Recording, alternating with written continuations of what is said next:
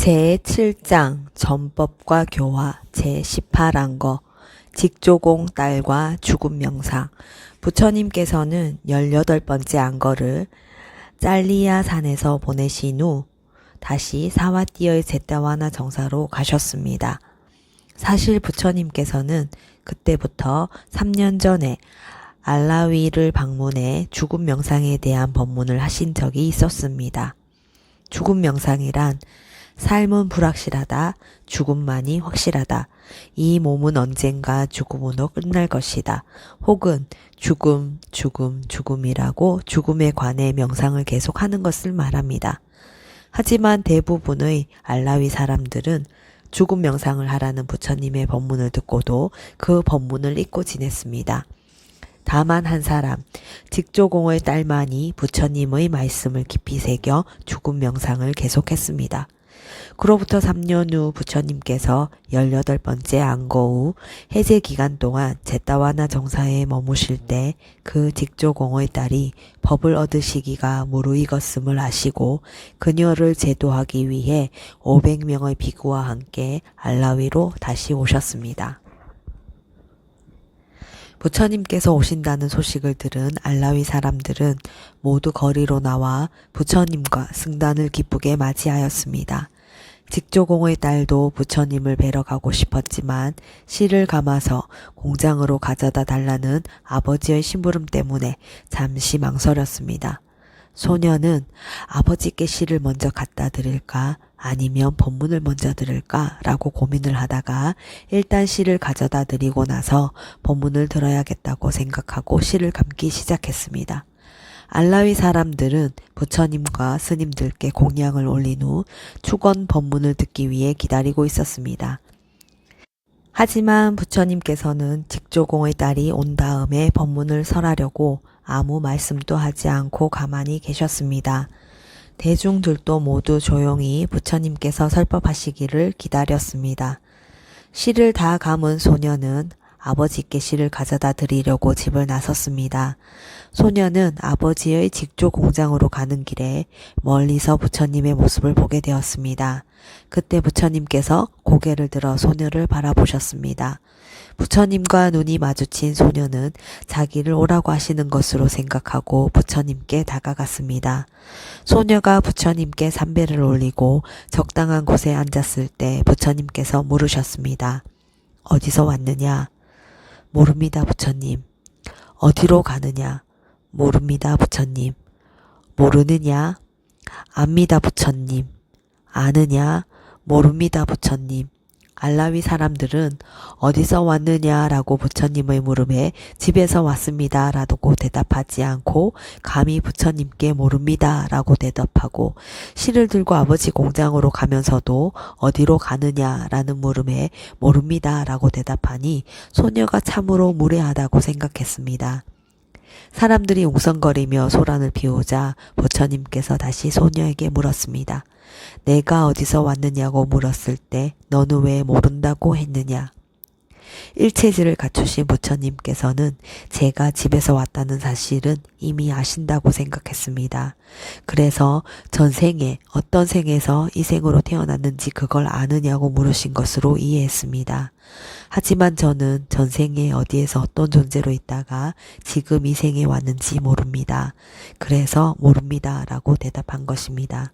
부처님께서는 사두라고 칭찬하시고 다시 물으셨습니다. 내가 어디로 가느냐고 물었을 때는 왜 모른다고 대답했느냐? 부처님께서는 당연히 제가 아버지한테 가는 것을 알고 계실 것이라고 생각했습니다.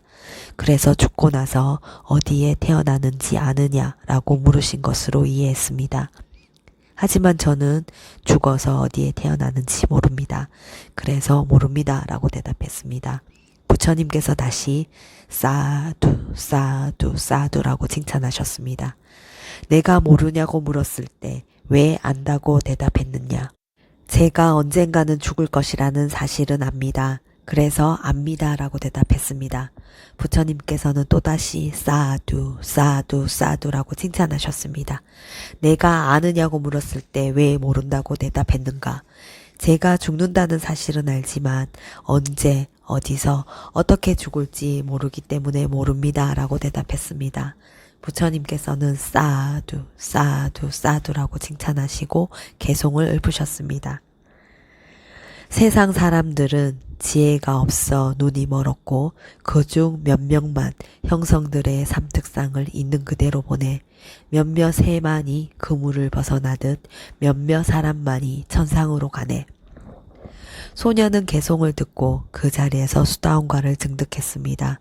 수다원이 된 소녀는 실바구니를 들고 아버지가 있는 직조 공장으로 갔습니다.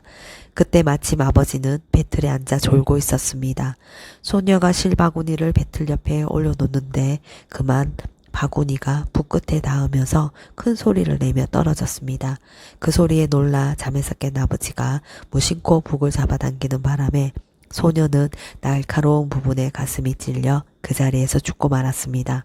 소녀의 아버지는 슬픔을 가누지 못하고 부처님을 찾아갔습니다.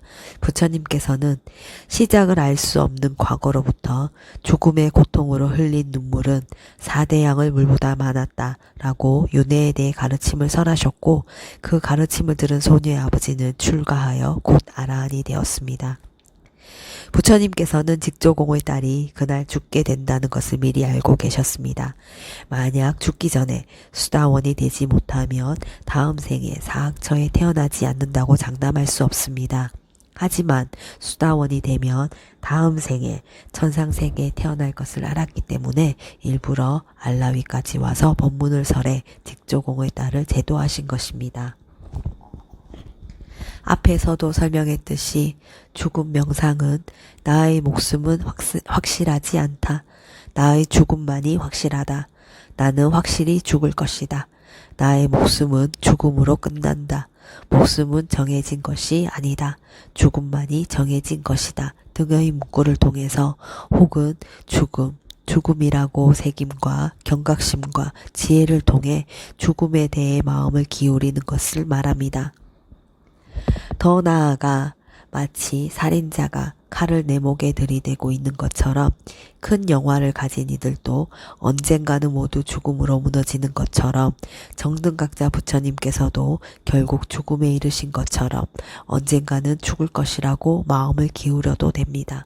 또는 언제든지 뱀에 물리거나 병이 나거나 음식을 잘못 먹거나 해서 죽을 수도 있다는 사실, 또 자신의 수명, 죽게 하는 병, 죽는 시간, 죽은 후 묻히는 곳, 죽어서 태어날 곳을 알 수 없다는 사실, 수만 번 들이쉬고 내쉬는 찰나에도 죽을 수 있다는 사실 등을 반조해도 됩니다.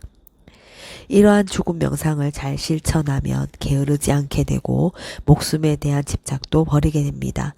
길을 가다가 독사를 맞닥뜨리게 되었을 때 손에 막대기 하나 없는 사람은 두려움에 휩싸여 어쩔 줄을 모르지만 막대기를 가진 사람은 독사를 만나도 두려움 없이 잘 제압할 수 있습니다.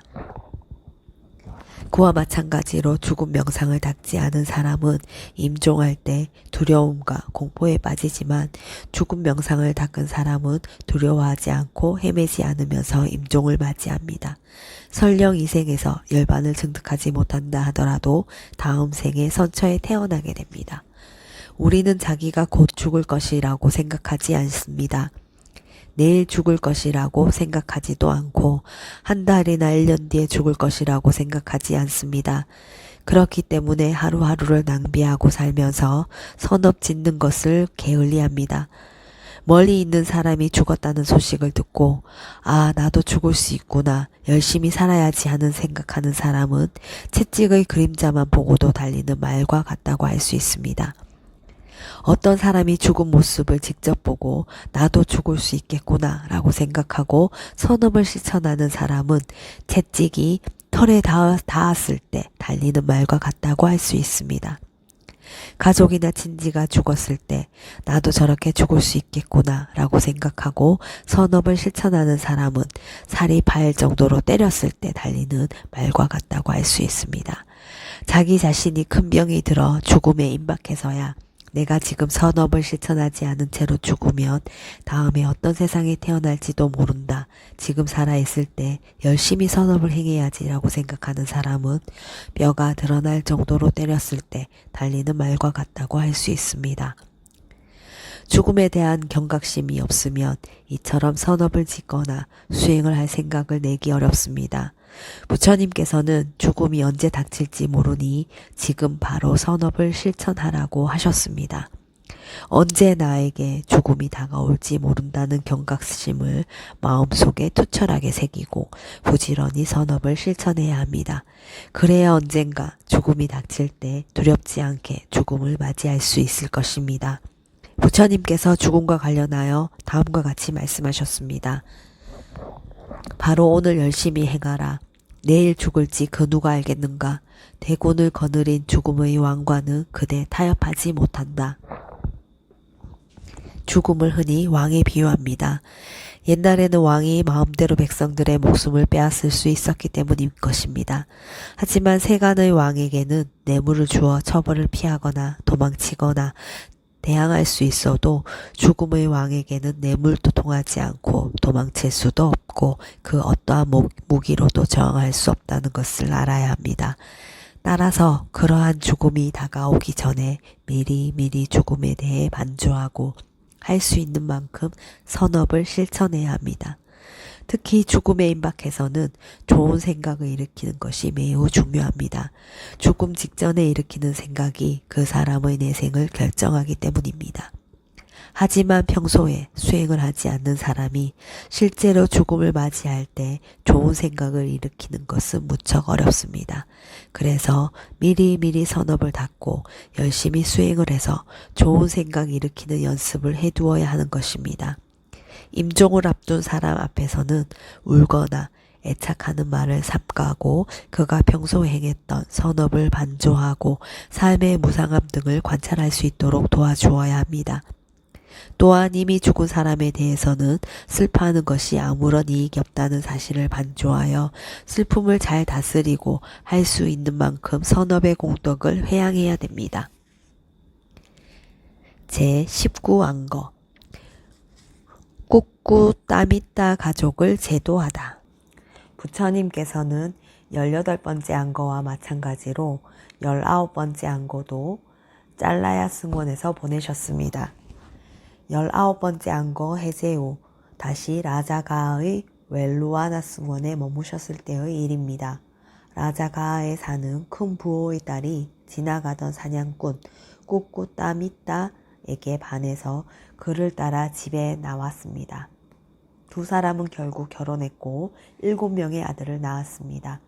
세월이 흘러 그 아들들도 모두 결혼을 했습니다. 어느 날 꾹꾹따미따의 가족들이 법을 증득할 인연이 무르익었음을 아신 부처님께서는 꾹꾹따미따가 덫을 설치해 놓은 곳으로 가서 발자국을 남겨놓고 근처 나무 그늘에 앉아 계셨습니다. 꾹꾹따미따는 여느 때처럼 덫에 걸린 짐승을 살피러 갔다가 짐승이 한 마리도 잡히지 않은 것을 보고 이상하게 생각했습니다. 마침 근처에 앉아 계신 부처님을 본 꾹꾹따미따는 짐승이 잡히지 않은 게 그 사람 때문이라고 생각하고 그에게 활시위를 당겼습니다. 하지만 부처님께서는 꾹꾹따미따가 그 상태 그대로 움직일 수 없게 만드셨습니다. 아버지가 오랫동안 돌아오지 않자 이번에는 아들들이 아버지를 찾아 나섰고 아들들도 마찬가지로 부처님께 활시위를 당기려다가 모두 그 상태 그대로 움직일 수 없게 되었습니다. 결국 꾹꾹따미따의 아내와 며느리들이 그들을 찾아 나섰습니다. 꾹꾹따미따의 아내는 남편과 아들들이 부처님께 활시위를 당기려 하는 광경을 보고 나의 아버지를 죽이지 마라 아들들아 라고 외쳤습니다. 그 소리를 들은 남편은 오 큰일 났구나. 내가 장인을 죽이려 했다니 라고 생각했고 아들들은 오 내가 할아버지를 죽이려 했다니 큰 죄를 지었다 라고 생각했습니다. 하지만 부처님을 장인이라고 생각하고 할아버지라고 생각한 그 순간 그들 모두의 마음이 부드러워졌습니다. 꾹꾹따미따의 아내가 화를 거두고 나의 아버지께 예경 올리세요 라고 말하자 부처님께서는 움직이지 못하게 해놓았던 그들의 몸을 풀어주셨습니다. 꾹꾹따미따와 아들들은 부처님께 예경을 올리면서 용서를 구했습니다. 부처님께서는 그들에게 보시, 지계, 천상, 감각 욕망의 허물, 감각 욕망에서 벗어남의 이익 등의 차제 설법을 해주셨고 그 설법 끝에 꾸꾸따미따와 그의 아들들 며느리들 모두 수다원이 되었습니다. 꾸꾸따미따의 아내는 소녀 때 이미 수다원이 된 상태였습니다. 그 후에 비고들이 사냥꾼의 아내는 어릴 때 이미 수다원이 되었는데 왜 남편이 사냥을 위해 활, 화살, 창 등을 달라고 할 때 그대로 가져다 주었는가? 그것은 살생을 하는 번개를 저지른 것이 아닌가라고 의문을 가졌고 그 의문에 부처님께서는 다음과 같은 개속으로 답해 주셨습니다. 손바닥에 상처가 없다면 독이 스며들지 못하기에 손바닥으로 독을 만질 수 있듯이 의도 없이 행한 이에게 악업은 없다. 독을 만졌어도 아무런 해가 없다면 그것은 상처 없는 손으로 만졌기 때문입니다. 손바닥에 상처가 없다면 마음 놓고 독을 만져도 독이 스며들지 못합니다. 마찬가지로 수다원의 고의로 개를 범하는 일을 절대 할 수 없었습니다. 개를 범할 의도조차 생겨나지 않습니다. 누가 위협하거나 유혹하거나 속이거나 간에 절대로 개를 범하지 않습니다. 수다원 이상의 성자들은 어떠한 상황에서도 사악처에 태어나게 하는 악행을 하지 않습니다. 그것은 마치 손바닥에 아무런 상처가 없는 것과 마찬가지입니다. 수다원에게는 아직 감각 욕망이나 성냄이 남아 있습니다. 하지만 감각 욕망이나 성냄이 일어나더라도 사악처에 떨어질 만큼 심해지기 전에 저절로 가라앉습니다. 수다원은 제가자로서 제가 생활의 행복도 아주 편안하게 누릴 수 있습니다. 절대로 사악처에 떨어지는 일이 없고 아무리 늦더라도 7생안에는 모든 윤회의 고통에서 벗어날 수 있기 때문입니다. 이는 마치 상처가 없는 손으로 독을 편안하게 만지는 것과 마찬가지입니다. 하지만 일반 범부들은 지금 누리는 행복이 확실하지 않습니다. 언제 사악처에 떨어져 고통받을지 모릅니다. 불안한 가운데 누리는 행복입니다. 진정으로 편안한 행복이 아니고 마음 놓고 누리는 행복이 아닙니다. 사실 꾸꾸따미따는 전생의 돈뿐만 아니라 스스로 노예의 상태가 되기를 자처하면서까지 까사빠 부처님의 사리탑을 보살핀 과보로 천상에서 오랜 세월 동안 행복하게 지냈던 사람이었습니다. 그는 수다원이 될 정도의 바람이를 구족한 사람이었음에도 불구하고 이번 생에 사냥꾼으로 태어나는 상황을 면하지 못했습니다. 그러므로 보시나 지계의 바탕이 있어야 수행을 할 수 있지만 보시나 지계의 선언만으로는 사악처라는 위험으로부터 완전히 벗어날 수 없다는 것을 분명하게 알아야 합니다. 마음 놓고 누리는 행복을 위해 보시나 지계만으로 만족하지 말고 수행이라는 선업도 열심히 실천해야 합니다.